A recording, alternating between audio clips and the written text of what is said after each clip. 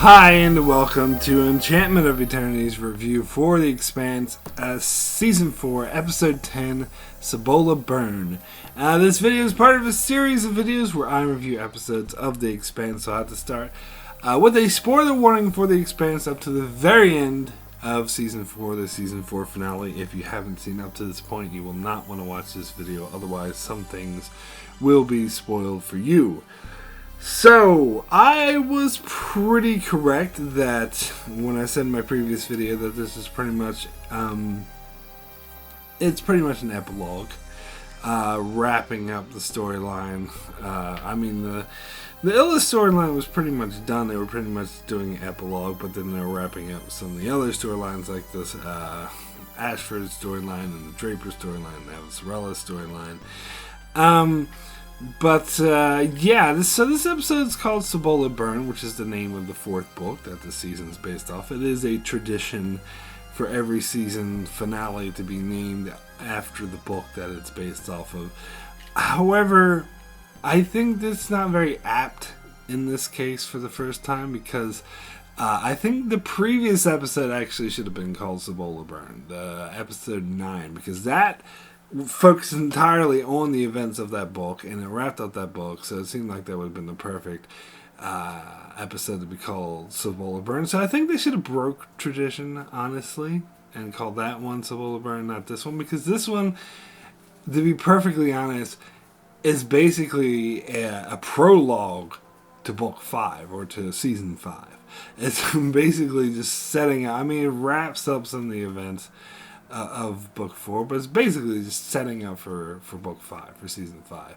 And it is a weird way. I don't think The Expanse has done this before, because usually this is the first time in The Expanse that we had it began with the book and it ends with the book.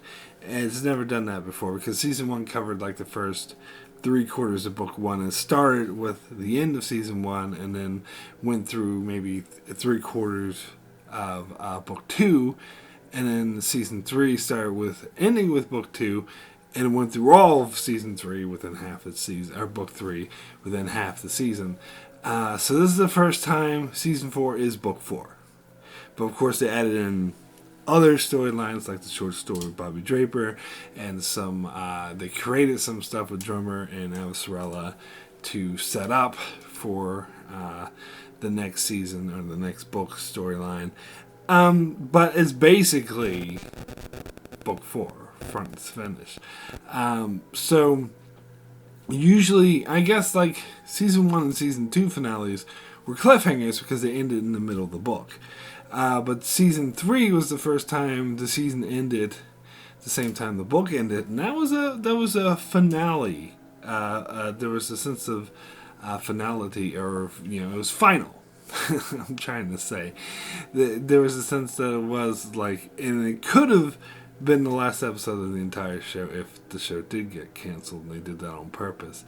But here they're sort of going back to the cliffhanger format, even though this is the end of the book the same way season 3 was, but they end the book a bit, as I said, almost in the previous episode. This episode is almost just all prologue setting up for the next season, next storyline.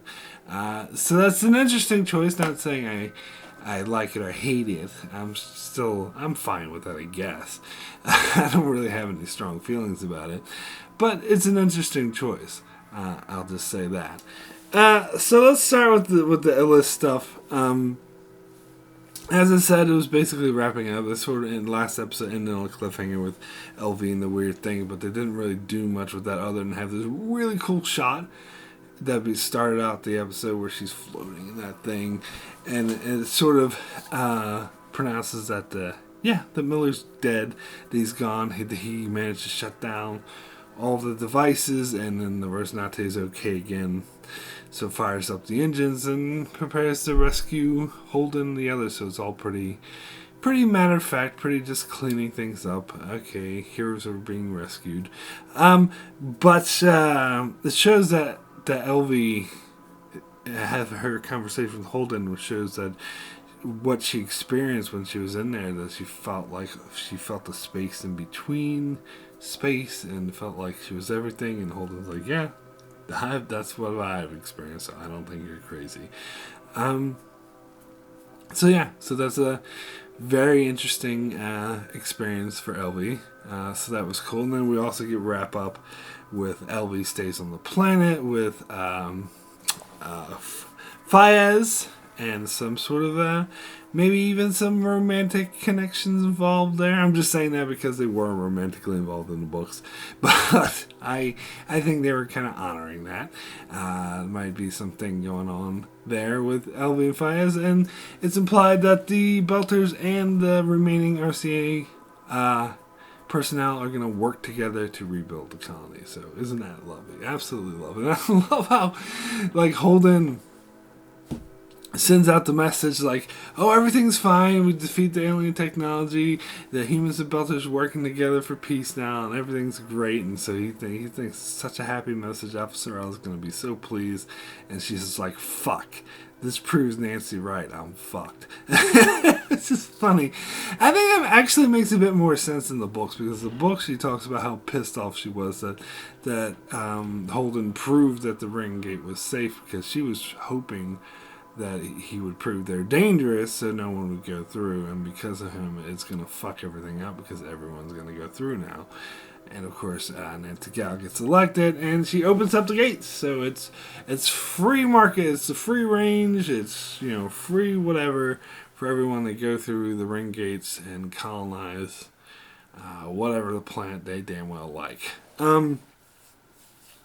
So then we get the nice little wrap up with Lucia, and it's interesting how she's saying, where the ships are saved and the daughter's saved, and she's like, oh, those RC guys can go back and face the consequences of what they've done. She's like, yeah, we all will, because she will too. But then Holden, I love that conversation Holden's having with Naomi talking about a shame that Lucia never meant to kill anyone, and she's not going to get any second chances the way she did. And Holden's like, yeah, she won't, because it's such a shame that you tried your best when she blew out into space, but you just couldn't rescue her. And I love that. And Naomi, of course, just hugs Holden, because, of course, she knows what he's implying, that they're going to tell in the official report that she died. Really just going to let her go back down to the planet and live her life, which is really nice. Although, when she contacts it later in the episode, they show her contacting her daughter, which I guess why did she even bother to go to college? She was already captain of that ship. I mean, the other guy was just sitting there nodding over her, but she was basically running the whole ship. But anyway, she contacts her, and doesn't that give away, like, wouldn't someone notice that she's still alive through her talking to her daughter? I don't know. Maybe the calls are untraceable or whatever. But yeah, I just thought about that. And then, of course, it's all back to business for the Rossi. And I love how Amos has to have his final words with with Murtry. And when he comes in to kick his ass, and Murtry, is like, you made me kill Way, and I hate you for it. And he punched Amos. I love the look on Amos's face, where it was like pure evil delight. He was like, thank you. And this starts to, and then we never get to see how badly Amos beats Murtry, but I'd like to say that he was actually in worse condition after Holden shot him. just when I'm thinking he's going to spend the next week back in the med bay again. I'm sure Amos beat him to a bloody pulp. That is, if he even survived. I'm sure he survived, but goddamn, Amos was so thrilled that Murtry punched him. Although I will say, I don't know if that doesn't really, I still feel bad about the whole Way storyline, because this is the first romance we got for Amos. It was such a, as I said, it was such an interesting relationship, and how they were both kind of fucked up characters, and he had to kill her, and him like beating the shit out of Murtry because of that. I don't know. It's still sad. It's still very sad. I don't think it makes it like a happy ending or a great ending or anything like that. But anyway, that's pretty much all we get with the Rosie and Illis storyline. The majority of this episode is focused on like Ashford or Bobby Draper. But first, I'm going to start with Avasarala. She loses the election because, as I said, that thing that Holden said is basically proving Nancy Gallup right. So she loses, and she's gracious. He has some gracious words to Nancy. But then, of course, her husband, the fake Arjun, kind of implies he doesn't want to go with her to Luna, and that he's kind of implying that the marriage is in a rough spot now because of what she did. She's like, "Are you mad at me?" And he's like, "No, no, no." She's like, "Well, I need you." Like, "Nah, that's all right. I think we should spend some time apart." Real Arjun would never do this. This is just a fake Arjun. It's not really Arjun. God, I fucking hate this recasting. I'm sorry. I'm sorry. But I do. And I don't like the storyline of them breaking up. I think they totally fucked up Arjun this season. I'm sorry. I'm going to say this. Arjun was much better when he was the grandfatherly, loving, supporting husband. And this guy was like this suave. and then he's like, "Oh, I don't like you because you're a meanie." That's not the real Arjun will not do this. So I'm sorry. The whole Arjun storyline was a wash to me, in my opinion, personally. Anyway, now let's talk about Bobby Draper. So this is a really interesting storyline. This is sort of your crime thriller. I was actually surprised the direction it went at, that she was actually really okay with being a criminal, but eventually, like, she smells that this job is bad, and what's his face, 24 guy, I keep forgetting his name, Isai? I can never remember. Isai, maybe. I don't know. But anyway, that dude, he goes ahead with it anyway because he wants the payday, and Bob Draper goes to annoying girl. I didn't even bother trying to... Oh, Lily? Is that her name? But anyway, she goes to Lily and tries to talk her out of it, and like, well, they don't. She doesn't go to Lily because she can't stand her, but Lily just tries to stop her when she's following that dude. And they end up working together because Lily's also suspicious, and she's like warning her not to go through. And right before the deal's going to go through, they found that shady dude has died. Heart attack, yeah, right. And so Bobby knows that's up. She goes there at the last second. She spots us in ambush and tries to stop him, but they end up killing Isai, or whatever his name is. Anyway, but Lily gets away with Bobby Draper's help. And that was an amazing sequence, I will say. That was visually stunning. Absolutely visually stunning sequence. The whole, I mean, I still can't believe, and it's been reconfirmed to me that the budget this season is not any bigger, but I still can't believe that. If it's not bigger, then I know they have fewer episodes, but it's also like they must have gotten a lot better at budgeting and at maybe just the special effects in general. They found ways to do better, cheaper, because this looks movie style to me. This looks epic, especially like when that crane was crashing down on Bobby Draper. Like, this whole sequence was just amazing. It was really intense too. It was really suspenseful. Where, you know, the dome cracked, and Bobby's she's dragging Lily. Of course Bobby's going to survive, but I don't know about Lily. I thought she was gone, but apparently Bobby saved her. So yeah, it was really suspenseful. And then Lily says, "Oh, I have some friends of Sirius. They can hide us." And Bobby's like, "You go out on the head. I have other plans. And she's like, "You can't take him on alone." She's like, "I'm not going to be alone." I thought she was going to call the Rocinante crew. But instead she calls Avasarala, and Avasarala's just like, "Your timing sucks." So it's going to be really curious to see where they go with Bobby Draper and the next season. Although I have an idea if they are somewhat true to the books. But anyway, yes, that's going to be interesting to see. So, as I said, this is a lot of setting up for the next season. And of course, like, not only get to Ashford's storyline, because these actually two storylines are really interconnected. If you read between the lines, you see that they're connected, because the stuff that the equipment that the people were trying to buy from Issei or whatever his name is was stealth technology, and you could see that the buyers were belters, and then later we see Marco Naros, and he has stealth technology. So there you go.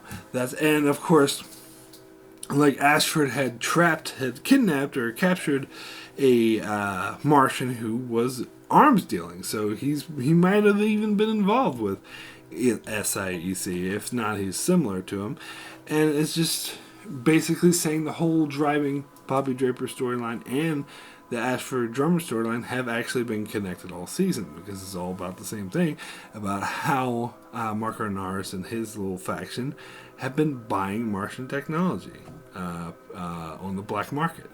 And that's so Bobby was actually involved in that. So you could say Bobby was like, oh, and this maybe her criminal background is going to come back to haunt her, because she thought, oh, I had no choice, I had to make some money, but she's going to be responsible for whatever the hell Marco Naros does with this stealth technology. Now, am I right or am I right? And I swear to you, I didn't know this for a fact. I didn't read. This is totally off book, and I didn't read any spoilers or anything. But it was obvious Ashford was going to die. Now, it is true that Ashford's not in book 5, but he's not in book 4 either. So how do I know they're going to kill him off? They had him in this part of the story when he was supposed to be out of the story at the end of the season. Plus, he was a totally different character in the books, so it doesn't even matter. Like, he was the Murtry of book 3. He was a bad guy, but the show turned him into a slightly lovable character, and so you do almost feel bad for him when he's killed. And I thought that was a powerful sequence when they threw him out the airlock. But now we finally have justice for Grigori. Woohoo! I'm sorry, I won't forget about poor Grigori. Now Grigori can finally rest well. He finally has the justice he deserves. But I'm just kidding, because they were building up Ashford all season long to make you like him, and I think they did an effective job at that, the way he was working with Drummer and the relationship that they had, and that he was willing to set past fights aside, and he was a very wise person as well. But I do get the idea, and he's played by a well-known actor, so I get the idea he was never meant to last more than 2 seasons. In fact, I was surprised he lasted more than 1, to be honest. But he was a good character. I think it was a good idea to have him around, so Drummer had someone to interact off of. But yeah, as I said, they kind of telegraphed it. It was like, oh, you can give this to me when I get back. Yeah, you're not coming back. But that was a great scene as well. Like when Ashford invaded Marco's ship, and like that one shot where he was just like flying in on Zero Gate. Like, that was amazing. It felt almost anime-like, but in a really good way. So that was intense, and we finally get to see Philip, Naomi's son, but he's who kills Ashford. Now here's my question. Now this is the one like tiny little nitpick gripe I have about this episode. So Ashford is pointing a gun at Marco, and Philip comes up and points a gun at Ashford, and then it just cuts, and we see Ashford in the airlock. Why didn't Ashford shoot Marco? Because Ashford knows he's dead. He knows that he's dead. Marco even says, "Oh, you're dead." So why did he put his gun down? Why didn't he just shoot Marco? Sure, Philip would kill him, but he's going to die anyway, and he damn well knows it.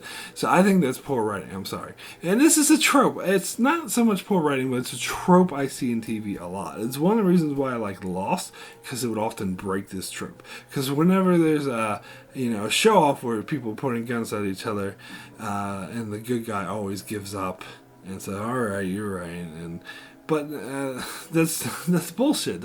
I like how in Lost, like Jack would be like, "No, fuck you! I'm not giving up. I don't give a shit." And that's the way people should react. That's how Ashford. Why didn't Ashford shoot Marco? I think that's a flaw. I honestly do. But I still think, other than that, I mean, that's the one hiccup. But other than that, I did really enjoy that storyline. And as I said, the whole sequence. I love how having Ashford in the airlock and them looking down, Marco and Philip looking down, mirrored the scene earlier in the season when they had Marco in the airlock and Ashford and Drummer were looking down at him. And it does make you think that the drummer, and I think this is going to come back to hunt Drummer.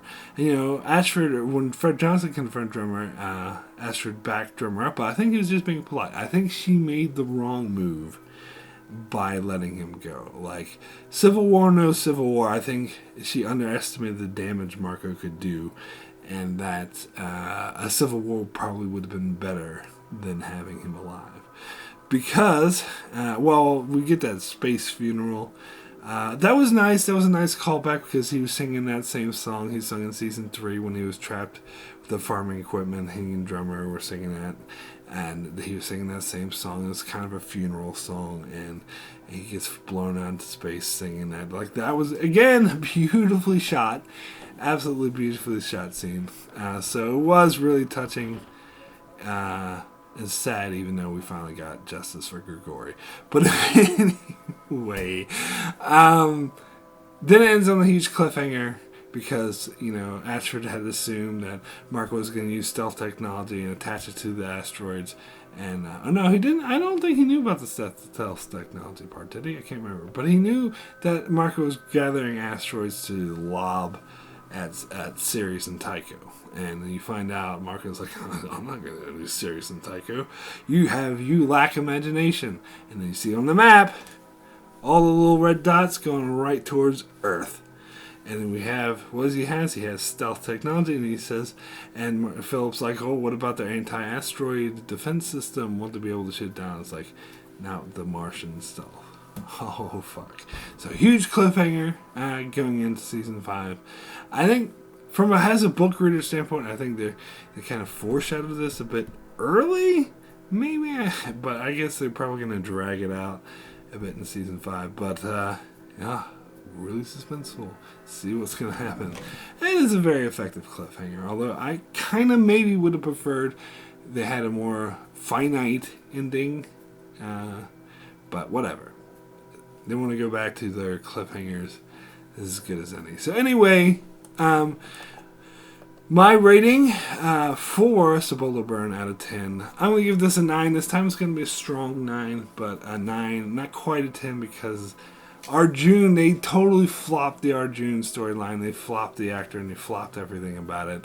And, and Ashford should have killed Marco. I'm sorry, but he should have. But other than that, really good, and most of it was an epilogue too, but it was also really amazing. Like, as I said, it was really well shot. They had some amazing, the visual effects, the way it was shot was just all top notch and super suspenseful. And as I said, the Ashford death, bit powerful, bit touching.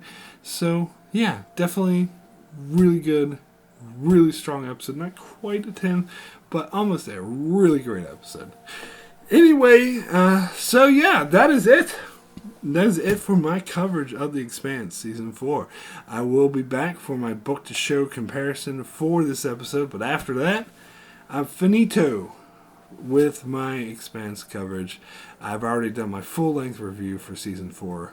I should have uploaded that many weeks ago because I'm recording this video like 2 or 3 months before I'm uploading this. So by the time this is uploaded, hopefully I would have all that done by now, and it's only my book to show comparison for this episode. And then that's pretty much it. But I'll probably have some Expanse material coming out, maybe some prediction videos, maybe some other things I'll come up with in the vast void in between Season 4 and 5. This is what sucks about dropping the whole season at once, and now I have to wait like a whole year or something to see Season 5. But maybe it won't be that long.